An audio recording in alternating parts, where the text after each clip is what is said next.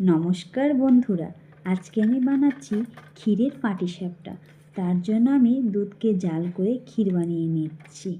ক্ষীরটা আমার তৈরি হয়ে গেছে। আমি আগে থেকে জল এবং দুধ মধ্যে খেজুরের গুড় ভিজিয়ে রেখেছিলাম।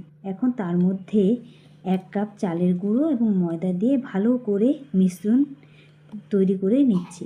এতে একটা লামসও যেন না থাকে, আর কনসিস্টেন্সিটা যেন এমন থাকে। এখন আমি গ্যাস ধরিয়ে লোহার কড়াই বসিয়ে দিচ্ছি এবং অল্প তেল মাখিয়ে নিচ্ছি।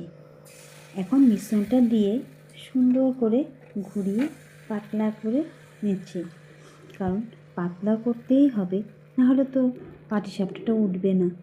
মিশ্রণটা দিয়ে সুন্দর করে ঘুরিয়ে পাতলা করে নিলাম। এখন আমি মাঝখানে ক্ষীর দিয়ে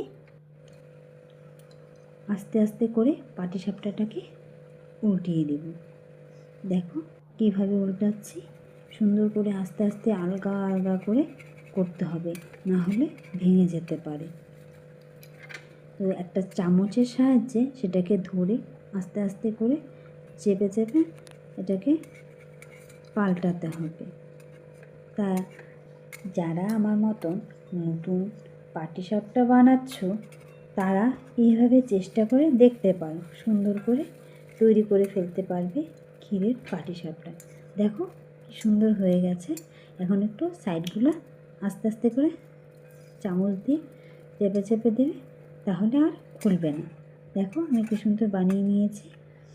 এখন এইভাবে আমি আরেকটু তেল ব্রাশ করে আমি আরেকটা পাটিসাপটা তৈরি করে ফেলছি। দেখো সুন্দর করে ঘুরিয়ে ঘুরিয়ে আস্তে আস্তে ঘোরাতে হবে। ঘুরিয়ে এখন আমি মাঝখানে ক্ষীর দিয়ে সেই আগের মতনই চামচের সাহায্যে আস্তে আস্তে চেপে চেপে দিব।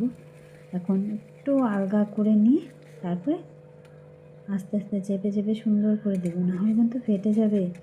সেটা একটু খেয়াল করে দেখতে হবে।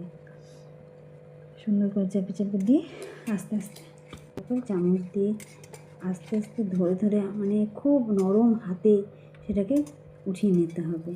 উঠিয়ে নিয়ে দেখো আমি সাইডগুলো একটু চেপে দিচ্ছি, তাহলে আর খুলে যাবে না। দেখো আমি আস্তে আস্তে করে অনেক কটা পাটিসাপটা বানিয়ে ফেলছি। তোমরাও এভাবে কিন্তু চেষ্টা করে দেখতে পারো। দেখো আমার পাটিসাপটাগুলো সুন্দর হয়েছে না?